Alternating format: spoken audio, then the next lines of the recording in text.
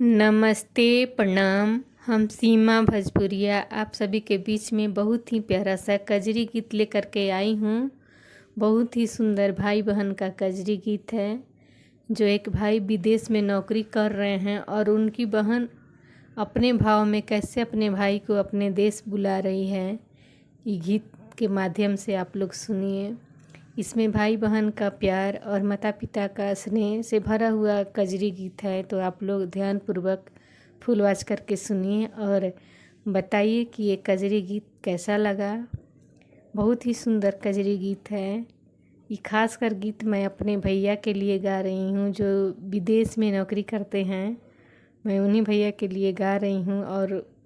अपने भाव में सुना रही हूँ। आप लोग ज़रूर बताइएगा कि कैसा ये गीत लगा। हमारे भैया विदेश में नौकरी करते हैं,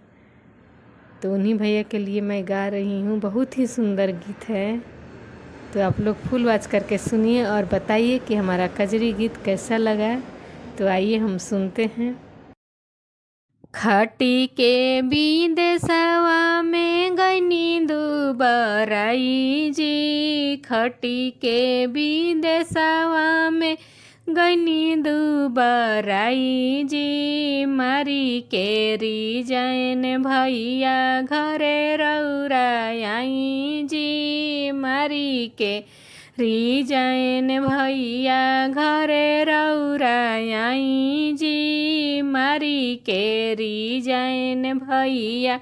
घरे रौराई जी, गाँवे में खोल ले हबे पान के दुकान जी, गाँवे में खोल ले हबे पान के दुकान जी, मारी के रिजाइन भैया घरे रौराई जी, मारी के रिजाइन भैया घरे रौराई जी, रौरा के देखिए त खुश होई है पापा यौरी माई जी, रौरा के देखिए त खुश होई है पापा यौरी माई जी, मारी के रिजाइन भैया घरे रौरा आई जी, मारी के रिजाइन भैया घरे रौराई जी, मारी के रिजाइन भैया घरे रौराई जी, रौरा के देखी है त जुड़ई है पापा माई जी, मारी के रिजाइन भैया घरे रौराई जी, मारी के रिजाइन भैया घरे रौराई जी, खटी के विदेशवा में गईनी दुबराई जी, खटी के विदेशवा में गईनी दुबराई जी, मारी के रिजाइन भैया घरे रौराई जी, मारी के रिजाइन भैया घरे रौराई जी, मारी के रिजाइन भैया घरे रौराई जी, गाँवे में कर ले हबे पान के दुकान जी, गाँवे में कर ले हबे पान के दुकान जी, मारी के रिजाइन भैया घरे रौराई जी, मारी के रिजाइन भैया घरे रौराई जी, रौरा के देखी है त खुश होई है पापा यौरी माई जी, मारी के रिजाइन भैया घरे रौरा आई जी, मारी के रिजाइन भैया घरे रौराई जी, रौरा के देखी देखी जुड़ई है पापा माई जी, रौरा के देखी देखी जुड़ई है पापा माई जी, मारी के रिजाइन भैया घरे रौरा आई जी, मारी के